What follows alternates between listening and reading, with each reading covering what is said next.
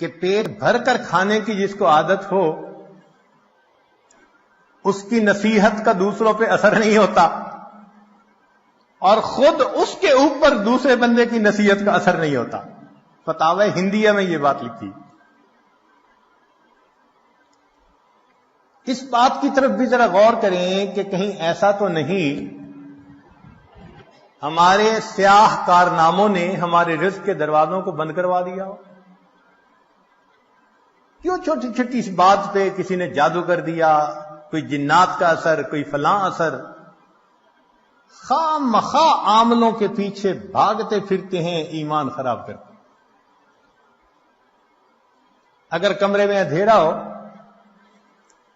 تو انسان سوچتا ہے کہ کھڑکیاں دروازے بند ہیں،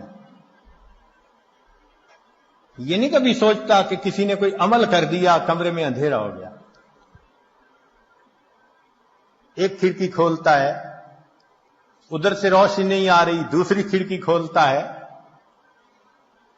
تازہ ہوا نہیں آ رہی، دروازہ کھول دیتا ہے۔ ہم بھی سوچیں کہ ہمارے اوپر اگر یہ معاملہ ہے تو ان دروازوں کو کس چیز نے بند کیا، اور اب ان دروازوں کو ہم کیسے کھول سکتے ہیں؟ نکتے کی بات، تدبیر پیالہ ہے اور اللہ ہی دینے والا ہے۔ تدبیر پیالہ ہے اور اللہ ہی دینے والا ہے۔ تو جب پروردگار دینے والا ہے تو پرواہ کس بات کی؟ اس لیے اللہ رب العزت نے مال کو خیر کہا، انہ لحب الخیر لشدید۔ مال کو قیامہ کہا۔ قرآن مجید میں دو چیزوں کو قیامہ فرمایا، ایک بیت اللہ کو، جعل اللہ الکعبۃ البیت الحرام قیاما للناس، اس لیے کہ بیت اللہ انسان کی روحانی زندگی کے قیام کا سبب، اور مال کو قیامہ کہا، وَلَا تُؤْتُوا السُّفَهَاءَ أَمْوَالَكُمُ الَّتِي جَعَلَ اللَّهُ لَكُمْ قِيَامًا، یہ انسان کی جسمانی زندگی کے قیام کا سبب۔ اور آج کے دور میں مال انسان کے ایمان کے لیے ڈھال ہے۔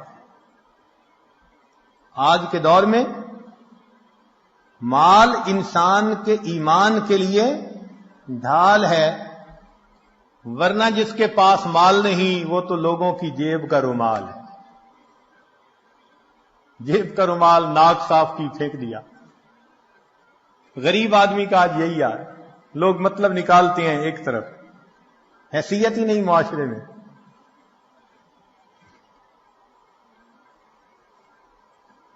رزق کے معاملے میں دو باتیں اہم ہیں۔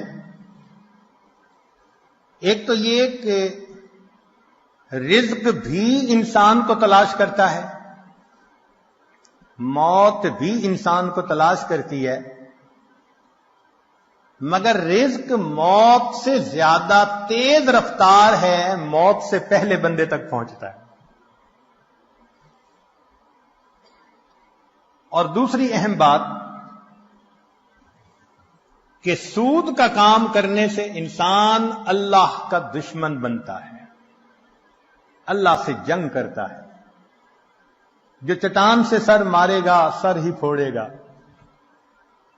جو اللہ سے جنگ کرے گا اپنی تباہی کا خود ذمہ دار ہے۔ ظاہر آنکھ کیوں دیکھتی ہے؟ بینک سے قرضہ لے لو، بزنس اچھا چلے گا۔ ان بینک کے قرضوں کے پیچھے ہم نے ہزاروں کو بینک رپٹ ہوتے ہوئے دیکھا ہے۔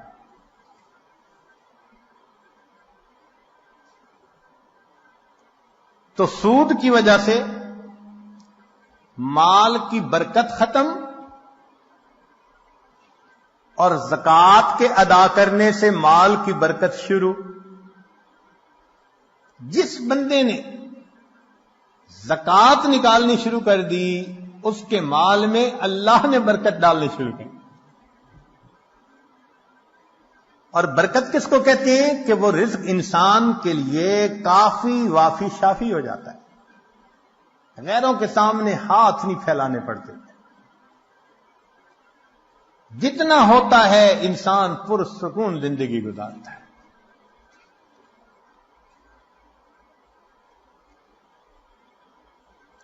آج کے دور کا سب سے بڑا فتنہ یہی، یا لیت لنا مثل ما اوتی قارون، اے کاش ہمیں بھی وہ ملتا جو قارون کو ملا تھا.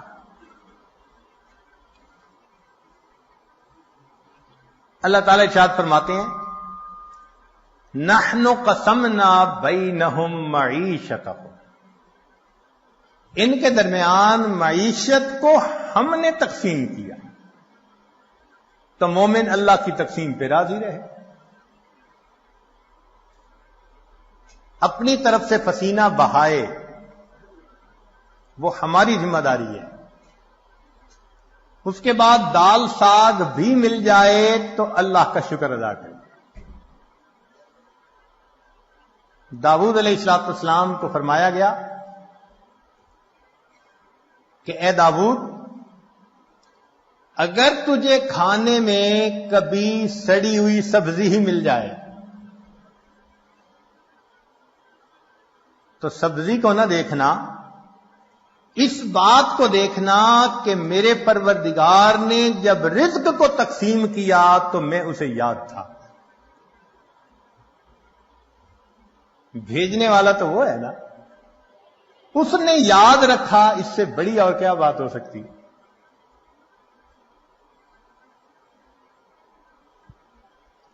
اس لیے مال کی طلب میں اجمال ہو، اضطراب نہیں ہونا چاہیے.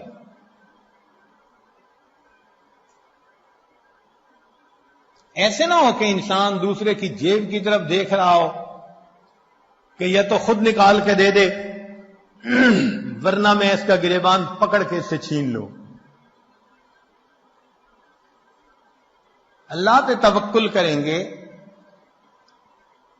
تو اللہ تعالیٰ اتنا دیں گے کہ آپ بس بس کریں گے. چنانچہ مال سے ہر کام دنیا کا نہیں سنورتا. آج جتنے مال والے زیادہ اتنے پریشان زیادہ، اتنے بیمار بھی زیادہ. مال سے انسان اینک تو خرید سکتا ہے، بہنائی تو نہیں خرید سکتا. مال سے انسان اچھی غذا تو خرید سکتا ہے، اچھی صحت کو تو نہیں خرید سکتا. مال سے انسان اچھے کپڑوں کو تو خرید سکتا ہے، خوبصورتی کو تو نہیں خرید سکتا.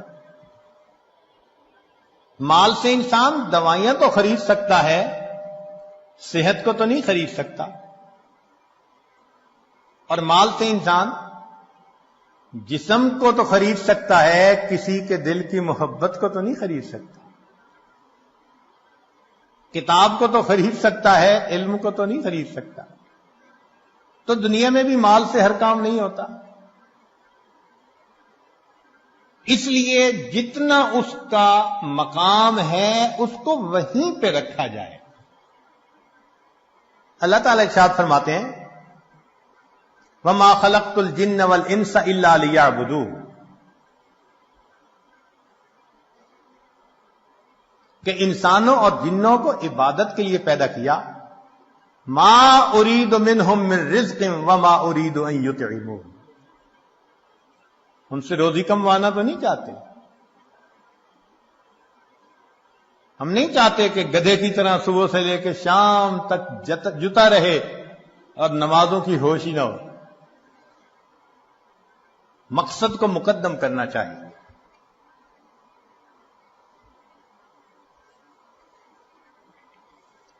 اللہ رب العزت رزق پہنچا کر رہتے ہیں. چنانچہ بایزید بستامی رحمت اللہ علیہ سے کسی نے کہا کہ حضرت کیا کریں، رزق کی بڑی پریشانی ہے. تو فرمایا کہ تم اپنے گھر جاؤ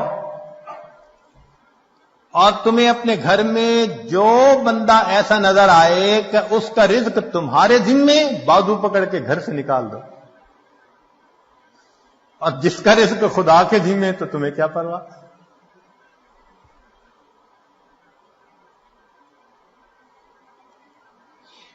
بایزید بستامی رحمت اللہ علیہ فرماتے تھے اگر اللہ تعالیٰ ساری مخلوق کو میری عیال بنا دے اور ساری زمین کو تانبے کی بنا دے اور آسمان سے ایک قطرہ بھی بارش کا نہ ٹپ کے، مجھے اتنے عیال کی روزی کی پریشانی نہیں، میرا مولا روزی پہنچا دے گا. ایسا یقین تھا ہمارے بزرگوں کو اللہ رب العزت کی ذات پر. چنانچہ بایزید بستامی رحمۃ اللہ نے کسی کے پیچھے نماز پڑھی، امام صاحب نے تعارف کیا تو پوچھا من این تاکل، بھئی آپ کا ذریعہ معاش کیا ہے، کہاں سے روٹی کھاتے ہیں؟ تو بایزید بستامی رحمۃ اللہ نے جواب دیا اصبر، صبر کرو، حتی اعید الصلاۃ التی صلیتها خلفک، میں وہ نماز لوٹا لوں جو تیرے پیچھے پڑی ہے، حیث شککت فی رازق المخلوقین، اس لیے کہ تجھے مخلوق کے رزق دینے والے کے اندر شک ہو گیا ہے.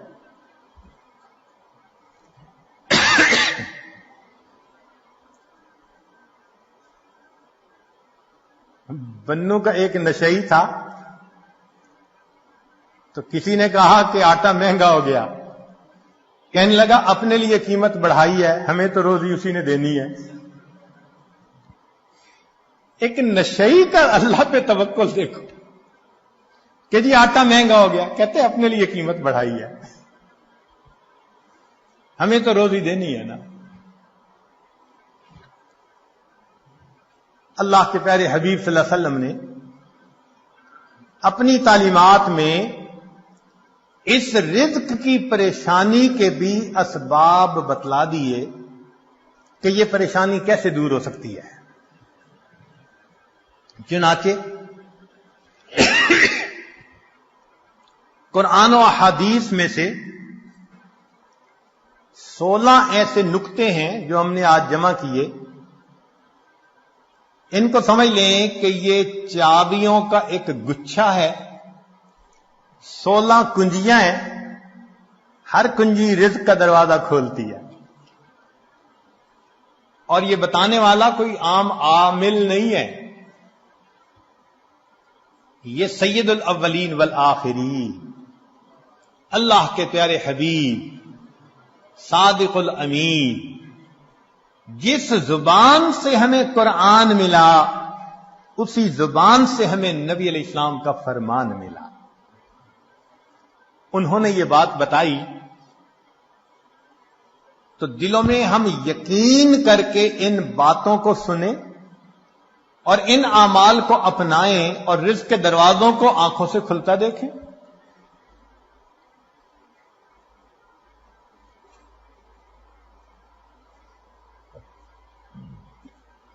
رزق کی پہلی کنجی اللہ تعالی ارشاد فرماتے ہیں وَأْمُرْ أَهْلَكَ بِالصَّلَاةِ وَاسْتَبِرْ عَلَيْهَا، اہل خانہ کو نماز کا حکم دیجئے اور اس پر جمے رہیے، صبر کیجئے.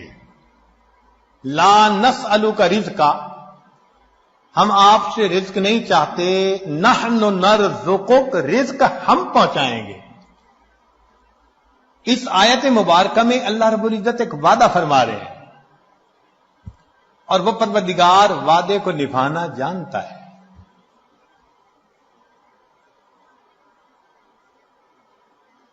تو معلوم ہوا کہ جس گھر کے سب مرد عورتیں اہتمام کے ساتھ نماز پڑھیں، ایک ہوتی ہے گنڈے دار نماز، مرد ہیں تو جماعت نماز کا اہتمام نہیں، عورتیں ہیں تو گھر کے کام مقدم، بس بھاگی دوڑی میں قضا ہوتے ہوتے نماز. ایسی نماز نہیں، اہتمام کے ساتھ نماز. تو جس گھر کے سب لوگ اہتمام سے نماز پڑھیں، یہ نہ ہو کہ عورت کھڑی تو مصلی پہ ہو جائے اور ہاتھ باندھ کر کپڑوں کی آپس میں کلر میچنگ کر رہی ہے. مرد مصلی پہ تو کھڑا ہو جائے اور گلی بازار کی سیریں کر رہا ہو. ایسی نماز نہیں. نماز پڑھے جیسے نماز دھیان توجہ کے ساتھ پڑھنی چاہیے. کوشش تو کرے نا اپنی طرف سے دھیان جما کر پڑھنے کی. کوشش پر اللہ کی طرف سے اجر عطا ہوتا ہے. دنیا میں نتائج پر اجر ملتا ہے کہ یہ اچیو کر کے دکھاؤ تب تمہیں یہ ملے گا. اللہ فرماتے ہیں کوشش کر کے دکھاؤ. چنانچہ حدیث پاک میں آتا ہے کہ جو شخص اپنے بھائی کی حاجت براری کے لیے اس کے ساتھ چل پڑتا ہے، اللہ 10 سال کے نفلی اعتکاف کا ثواب عطا فرما دے. یہ تو نہیں کہا کہ کام کرواؤ بھائی کا، نہیں. یہ اس اللہ رب العزت کی رحمتوں کی انتہا ہے. فرمایا کہ منزل تک پہنچنا تو تمہارے بس میں نہیں ہے نا، یہ تو مقدر کا معاملہ. ہم تو یہ دیکھیں گے قدم کون اٹھاتا ہے، چلتا کون ہے. تو نماز صحیح اہتمام کے ساتھ پڑھنے کی کوشش کریں، برکتوں کے دروازوں کو کھلتا دیکھیں. میرے مالک نے فرما دیا نحن نرزقک، ہم رزق دیتے ہیں. چنانچہ آپ گھر کے ہر چھوٹے بڑے کو نماز کا اہتمام سکھائیے، رزق ملنے کی قسم یہ عاجز کھا سکتا ہے.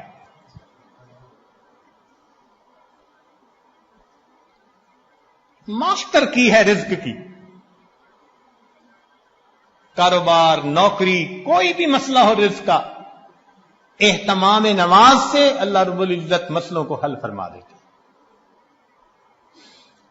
دوسرا عمل کثرت استغفار. قرآن مجید میں ارشاد فرمایا فَقُلْتُ اسْتَغْفِرُوا رَبَّكُمْ إِنَّهُ كَانَ غَفَّارًا يُرْسِلِ السَّمَاءَ عَلَيْكُمْ مِدْرَارًا وَيُمْدِدْكُمْ بِأَمْوَالٍ. تو کثرت ذکر سے اللہ فرماتے ہیں میں مال کے ذریعے سے تمہاری مدد کروں گا.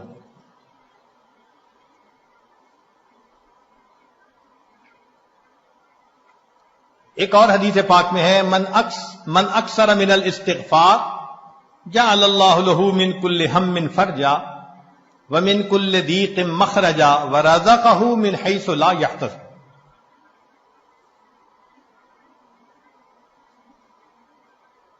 امام قرطبی رحمۃ اللہ علیہ فرماتے ہیں گناہوں کی معافی مانگنے سے بارش ملتی ہے، اللہ رب العزت قوموں کے رزق کو وسیع فرما دیتے ہیں.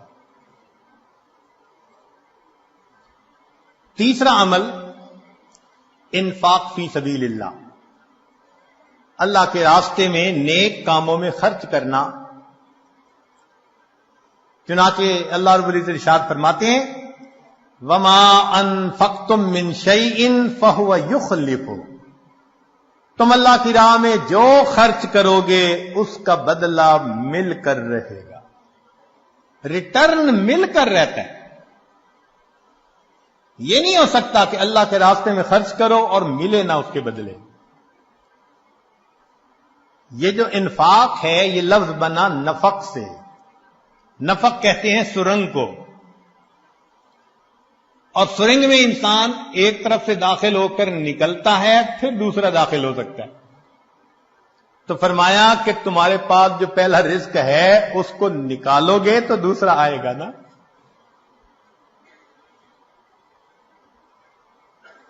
وما تنفقوا من خیر یوفى الیکم، فرمایا انفق ينفق علیک، تم خرچ کرو اللہ تم پر خرچ کرے گا۔ عبداللہ ابن عمر اللہ عنہ فرمایا کرتے تھے ان للہ اقواما اختصهم بالنعم لمنافع العباد، اللہ کے کچھ بندے ایسے ہوتے ہیں اللہ نے ان کو اپنے بندوں کے منافع کے لیے مخصوص کر دیا، ان کی ذات سے اللہ کے بندوں کو نفع ملتا رہتا ہے، یہ ان کا چارٹر آف ڈیوٹی ہوتا ہے، جو ان کو ملتا ہے وہ ان کے اپنی ضرورت کے لیے صرف نہیں ہوتا، وہ دوسروں تک پہنچانے کے لیے ہوتا ہے۔ جو ڈاکیا ڈاک پہنچاتا رہے اس کی ترقی ہوتی رہتی ہے، اور جو ڈاک نہ پہنچائے تو اسے اپنی نوکری سے معزول کر دیتے ہیں۔ چنانچہ کتنے لوگوں کو آپ نے دیکھا ہوگا کہ بڑا اچھا کام چلا، کاروبار چلا، پھر یکدم ٹھپ۔ وجہ کیا بنی؟ کہ جو ملا تھا وہ سارا ان کا نہیں تھا، اس میں اللہ کے لیے خرچ کرنا تھا، مسکینوں پر، بیواؤں پر، طلباء پر، دین کے راستے میں، فلاحی کاموں میں۔ یہ خزانے کے سانپ بن کر بیٹھ گئے، بینک بیلنس چیک کرتے ہیں، آج اتنے ملین اور آج اتنے ملین، اوپر سے ڈاکانی بند ہو گئی۔ کہتے ہیں جی ایک وقت تھا مٹی کو ہاتھ لگاتے تھے سونا بنتی تھی، حضرت صاحب آج تو سونے کو ہاتھ لگائے مٹی بنتا ہے، کسی نے کچھ کر دیا ہے؟ جی بالکل آپ نے خود ہی تو کیا ہے۔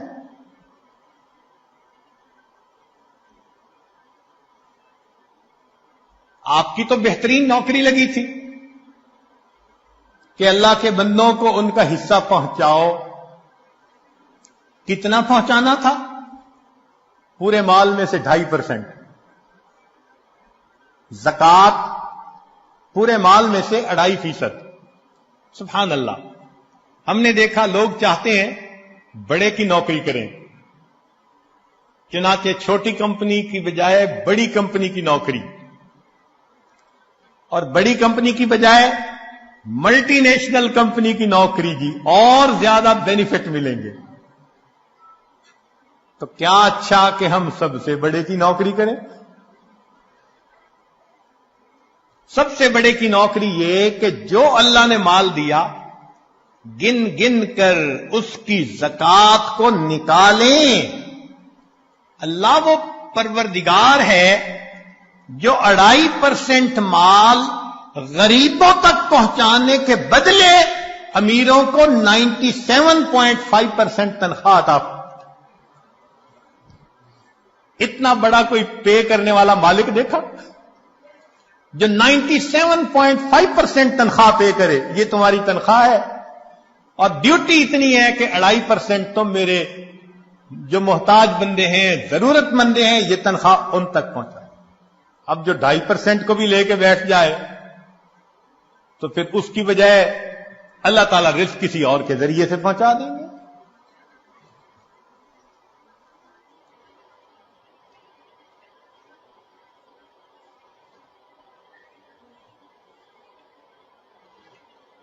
رابعہ بصریہ کے پاس مہمان آ گئے،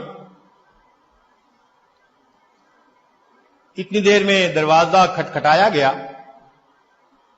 خادمہ نے کہا جی کہ کوئی بندہ کھانا لایا ہے۔ فرمان لگی گنو کتنی روٹیاں؟ اس نے کہا 9۔ کہنے لگی یہ میرا حصہ نہیں، کسی اور کا ہے، اسے کہو جاؤ۔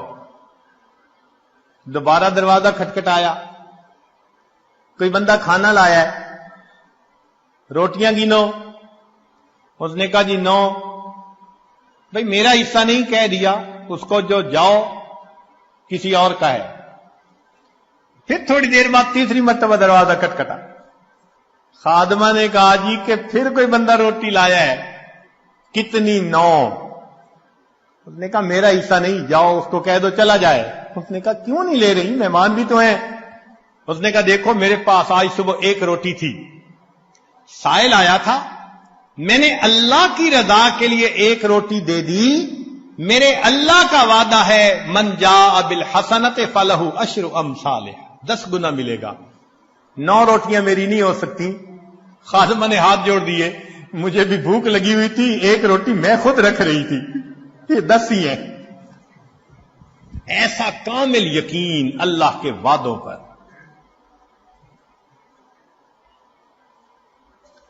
حبیب اجمی رحمت اللہ علیہ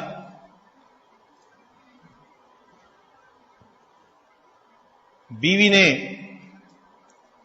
آٹا گوندا، پھر تنور جلانے کے لیے لکڑیاں کاٹنے گئی، پیچھے سے سائل آ گیا۔ اس نے کہا بڑا محتاج ہوں، اللہ کے لیے کچھ دے دو۔ اللہ والوں کی عادت ہوتی ہے جب کوئی اللہ کے لیے کہتا ہے تو پھر وہ کھول دیتے ہیں اپنے دونوں ہاتھوں کو۔ انہوں نے وہی آٹا اٹھا کے دے دیا۔ اب بیوی لکڑیاں لے کے آئی، اس نے کہا آٹا، کہنے لگے میں نے روٹیاں پکنے کے لیے بھیجا ہے، میں نے روٹیاں پکنے کے لیے بھیجا ہے۔ ابھی ان کی بیوی نے چولہے میں آگ پوری نہیں جلائی تھی کہ اتنے میں دروازہ کھٹکھٹایا۔ بیوی نے پوچھا کون؟ کہنے والے نے روٹیاں بھی دے دی، سالن بھی دے دی۔ تو بیوی نے آ کر کہا کہ تم نے جہاں روٹیاں پکنے بھیجی تھی، پکانے والے نے سالن بھی ساتھ بھیج دیا ہے۔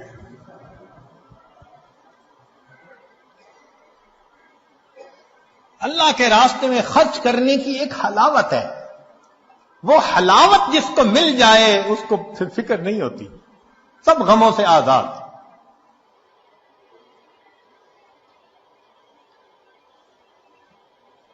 رزق کی کشائش کے لیے اگلا نسخہ دین کی خاطر ہجرت کرنا۔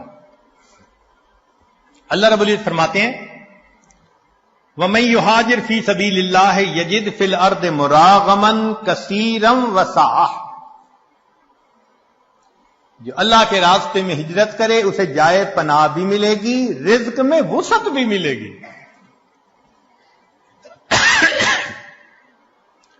رزق بڑھانے کی اگلی کنجی تقوی کا اختیار کرنا۔ ارشاد باری تعالی ہے وَلَوْ أَنَّ أَهْلَ الْقُرَىٰ آمَنُوا وَاتَّقَوْا لَفَتَحْنَا عَلَيْهِمْ بَرَكَاتٍ مِّنَ السَّمَاءِ وَالْأَرْضِ، اگر یہ بستی دیسوں والے ایمان لاتے، تقوی کو اختیار کرتے، ہم آسمان اور زمین سے برکتوں کے دروازے ان پر کھول دیتے۔ ایک جگہ فرمایا لَأَكَلُوا مِن فَوْقِهِمْ وَمِن تَحْتِ أَرْجُلِهِمْ، ہم ان کو وہ نعمتیں کھلاتے جو اوپر آسمان سے اتارتے ہیں اور وہ نعمتیں کھلاتے جو نیچے زمین سے نکالتے ہیں۔ فرمایا وَمَن يَتَّقِ اللَّهَ يَجْعَل لَّهُ مَخْرَجًا وَيَرْزُقْهُ مِنْ حَيْثُ لَا يَحْتَسِبُ، اللہ تعالیٰ ایسی طرف سے رزق دیتا ہے کہ جس کا وہم و گمان ہی نہیں ہوتا۔ نبی علیہ السلام نے فرمایا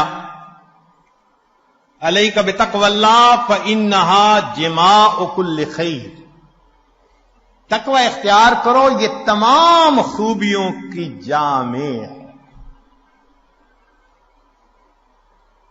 سفیان ثوری رحمت اللہ علیہ عجیب بات فرماتے تھے اتق اللہ فما رأیت تقیا محتاجا، میں نے آج تک کسی متقی بندے کو محتاج نہیں دیکھا کہ در در کے دھکے کھاتا پھرے، لوگوں کے سامنے ہاتھ پھیلاتا پھرے۔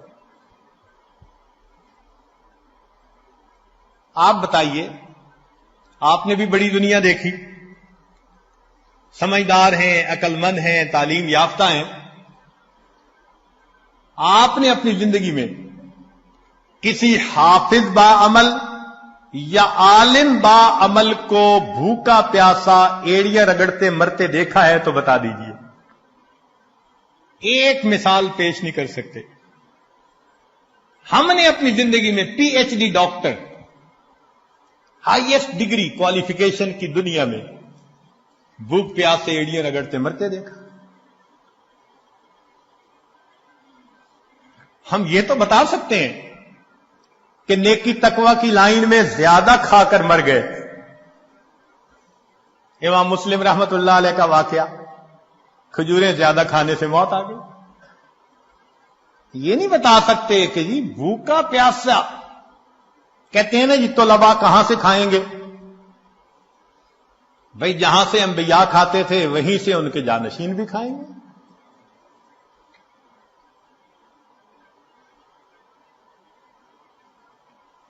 تو موٹی سی بات ہے کہ رزق اللہ دیتا ہے، تقوی کی وجہ سے اللہ رزق کے دروازے کھول دیتے ہیں.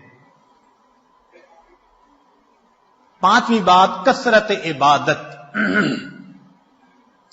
حدیث مبارکہ، ابن آدم تفرغ لعبادتی املأ صدرک غنا واسد فقرک. اے اولاد آدم،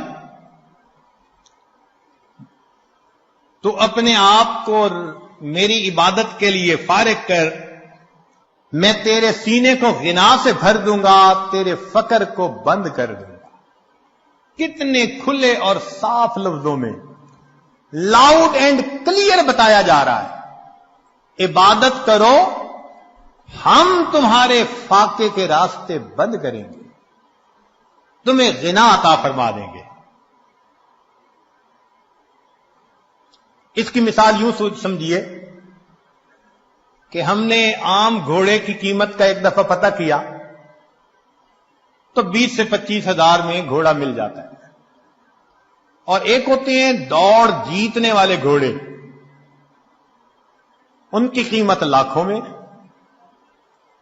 ہمارے بہت قریبی چودھری صاحب فرمانے لگے جی ہمارے گھوڑے کی قیمت 25 لاکھ روپیہ لگی، ایک گھوڑے کی قیمت. تو عام گھوڑے 20,000، بھاگنے جیتنے کے مقابلے کرنے والے 25 لاکھ. اب اگر 25 لاکھ والے گھوڑے کے مالک کے پاس کوئی جائے، جی میری گدا گاڑی کا کچھ کام ہے، گھوڑا دے دو، میں نے گدے گاڑی میں استعمال کرنا ہے، تو وہ ہنس کے کہے گا تمہارا دماغ ٹھکانے ہے، دوڑ کا مقابلہ جیتنے والے گھوڑے کو گدے گاڑی میں باندھو گے. جس طرح دنیا دار انسان دوڑ کا مقابلہ جیتنے والے گھوڑے کو گدے گاڑی میں باندھنا پسند نہیں کرتا، اللہ کی قسم اللہ رب العزت دین پہ چلنے والوں کو دنیا کی گدے گاڑی میں باندھنا پسند نہیں فرماتے.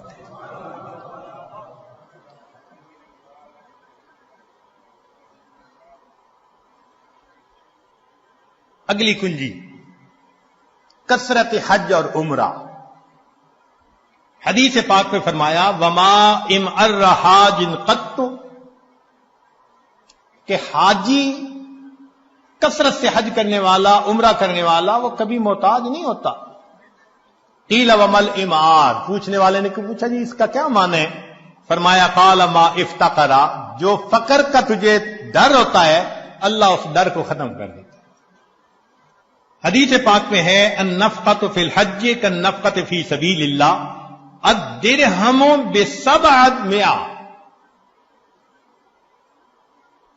ایک درہم کے بدلے میں 700 درہم ملتے ہیں.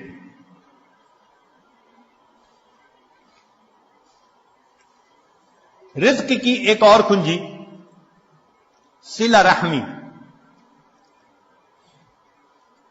ابو ہریرہ رضی اللہ عنہ فرماتے ہیں، بخاری شریف کی روایت، من احب ان یزاد فی عمرہ ویزاد فی رزقہ فلیصل رحمہ، جو چاہے کہ میرے عمر زیادہ ہو اور میرا رزق زیادہ ہو، اس کو چاہیے کہ رشتہ داروں کے ساتھ اچھا سلوک رکھے. آج اگر رزق کی شکایتیں زیادہ ہیں تو دوسری طرف معاملات بھی دیکھو، بہن سے نہیں بولتے، بھائی سے نہیں بولتے، پھپھو سے لڑائی، چچا سے لڑائی، ان کے گھر کا کھانا نہیں کھاتے، پانی نہیں پیتے، کچھ پڑھ کے نہ پلا دیں. شریعت جن رشتہ داروں کو جوڑنے کا حکم دیتی ہے وَيَقْطَعُونَ مَا أَمَرَ اللَّهُ بِهِ أَن يُوصَلَ،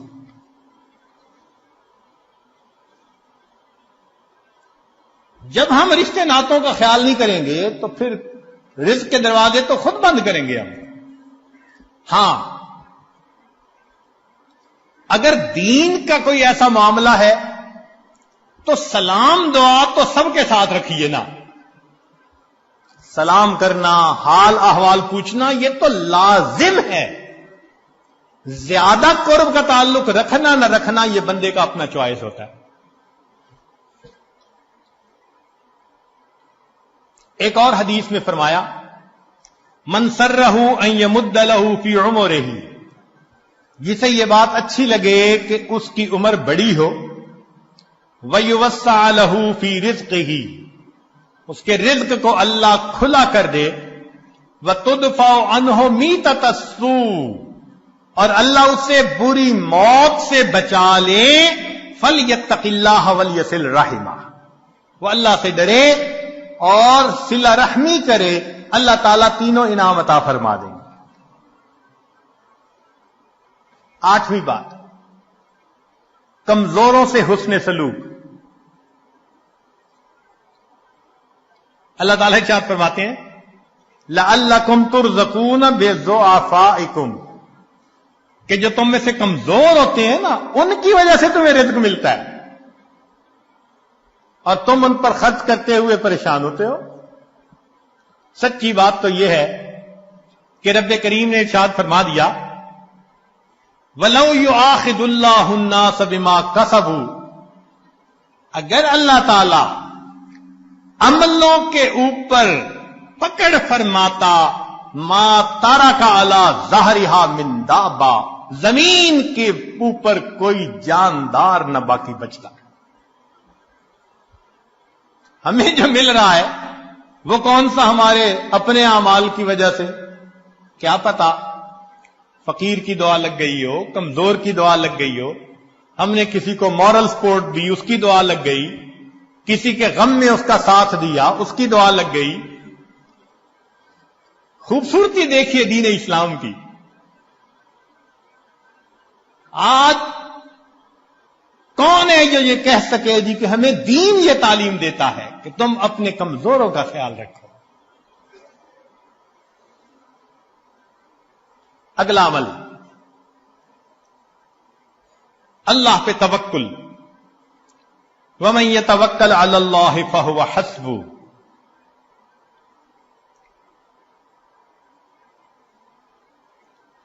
جو اللہ پر توکل کرتا ہے پھر اللہ اس کے لیے کافی ہو جاتا ہے. اس کی تفصیل حدیث مبارکہ میں لو انکم تتوکلون علی اللہ حق توکلہ، اگر تم اللہ پہ توکل کرو جیسے توکل کرنے کا حق ہے، لرازقکم کما یرزق الطیور، اللہ تمہیں رزق دے گا جیسے پرندوں کو دیتا ہے. تغدو خماسا، گھر سے خالی پیٹ نکلتے ہیں، وتروح بتانا، اور واپس پیٹ بھرے ہوئے لوٹتے ہیں.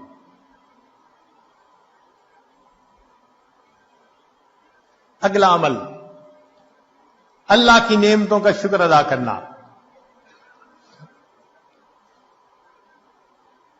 چنانچہ فرمایا لا یرزق اللہ عبدا الشکر فیحرمہ الزیادہ لأن اللہ یقول لئن شکرتم لأزیدنکم، جس بندے کو شکر کی توفیق مل جائے اس کا رزق کم نہیں ہوتا، چونکہ اللہ کا وعدہ ہے کہ جو شکر ادا کرتا ہے میں اس کے رزق کو، اس کے نعمتوں کو اور زیادہ کر دیتا. عمر بن عبدالعزیز رحمۃ اللہ علیہ کا ایک خوبصورت قول ہے قیدوا نعم اللہ بالشکر للہ، اللہ کی نعمتوں کو شکر ادا کر قید کر لو.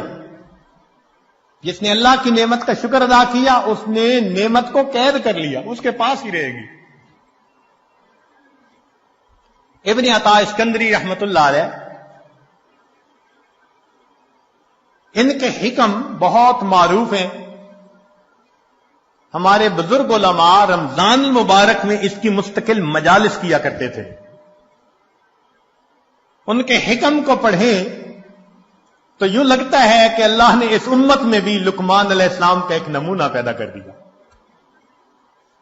کیا عجیب باتیں کہی ہیں. تو شکر کے بارے میں ان کا ایک قول ملفوظ، جنہیں عربی کا تھوڑا سا بھی ذوق ہوگا نا، وہ تو سن اور پڑھ کے وجد آتا ہے. یہ جامعہ الازہر کے استاد بھی رہے، اور اس جامعہ کو جو پوری دنیا کے اندر ایک مقام ملا، وہ ایسے ہی متقی باخدا بزرگوں کی وجہ سے. فرماتے ہیں من لم یشکر النعم فقد تعرض لزوالها، جو نعمت کا شکر ادا نہیں کرتا وہ اپنی نعمتوں کو چھن جانے کے لیے پیش کر دیتا ہے. اللہ مجھ سے یہ چھین لو. من لم یشکر النعم فقد تعرض لزوالها ومن شکرها فقد قید بعقالها، اور جو شکر ادا کرتا ہے وہ ان نعمتوں کو نکیل ڈال کے اپنے پاس قابو کر لیتا ہے. تو شکر ادا کر کے اللہ کی نعمتوں کو نکیل ڈال لیجئے. پھر فرمایا گھر انسان جائے تو اپنے اہل خانہ کو سلام کرے. اب بتائیے یہ کتنا چھوٹا سا عمل ہے. حدیث پاک میں ہے، نبی اسلام نے فرمایا ثلاثۃ کلہم ضامن علی اللہ، تین ہیں جن کی ضمانت اللہ نے لی. ان عاش رزق وکفا، اگر وہ زندہ رہے گا اللہ رزق دے گا جو اس کے لیے کافی ہوگا. ان تین میں سے ایک بندہ رجل داخل بیتہ بسلام، جو اپنے گھر میں داخل ہو اپنے اہل خانہ کو سلام کرے. یہ کتنا چھوٹا سا عمل ہے. اب بتائیے کہ اس عمل پر رزق کا دروازہ کھلنے کے وعدے، اور ہوتا کیا ہے؟ دفتر میں بڑے مزے سے دوستوں میں کھل کھلا کے ہنس رہے ہیں، گھر میں قدم رکھا اور پارا ہائی. خود کہتے ہیں حضرت پتہ نہیں کیا ہوتا ہے، گھر آتا ہوں پارا چڑھ جاتا ہے. یہ آگ شیطانیت ہے، تو شیطان تمہارے اوپر سوار ہو جاتا ہے. اس کو گدھا ملا ہوا ہے، لہذا گھر میں داخل ہونے سے پہلے وہ گدھے پہ چھلانگ مار کے بیٹھ جاتا ہے.